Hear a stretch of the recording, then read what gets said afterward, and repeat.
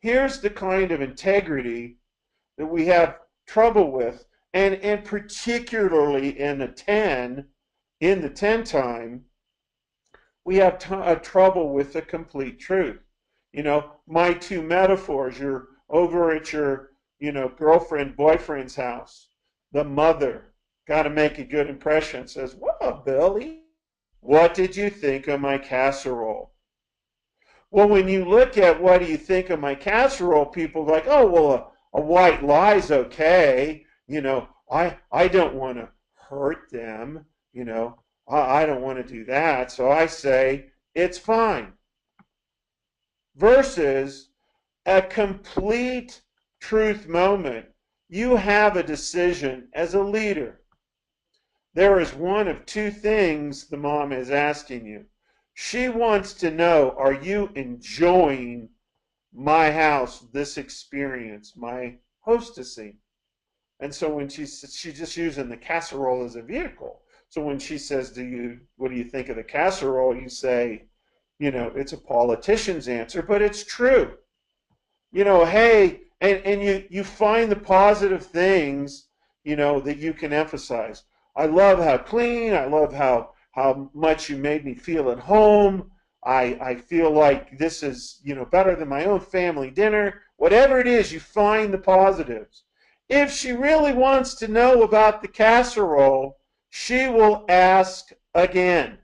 Yeah, okay, great, thanks. I'm glad you enjoyed it. But what did you think of the casserole? And then you say the truth. Yeah, maybe there was a spice, there was a taste in there. I'm allergic to bread, whatever it is. You tell the truth. And then you go back and reinforce. But I had the best time tonight. This is an awesome house. As a leader, as a parent, you always choose the focus, do you not? So when you think about these little white lies, or because I always like to have some fun with this, as a guy, the dangerous question we always get asked, the wife, girlfriend, generally a guy doesn't ask about his fashion. He has his own things he asks about in his own way. He worries about, is the money in his wallet enough? Is the power in his decisions enough? But in this humorous moment, do I look fat in this dress? Again, you as a leader, you have two options. What is she really asking? Because I adore my wife and she knows she's used in a lot of my coaching examples. What she's really telling you is she doesn't feel good tonight.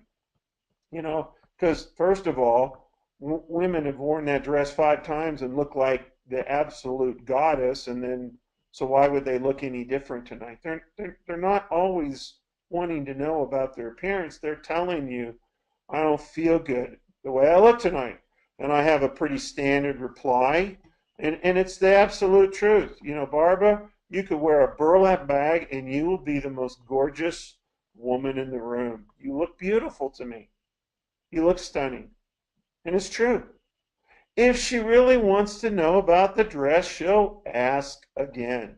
Yeah, well, it's been a while since I wore this dress. I really don't feel good. And then if it doesn't flatter her, you don't say, well, yeah, you look pretty plump, honey.